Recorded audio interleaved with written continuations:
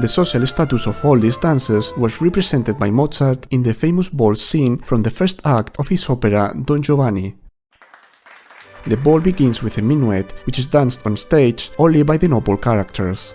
Soon after, Don Giovanni, the astray nobleman, asked for a dance with the peasant Zerlina as an excuse to lead her off stage and assault her. The music was the contradance, the symbolic link between upper and lower classes.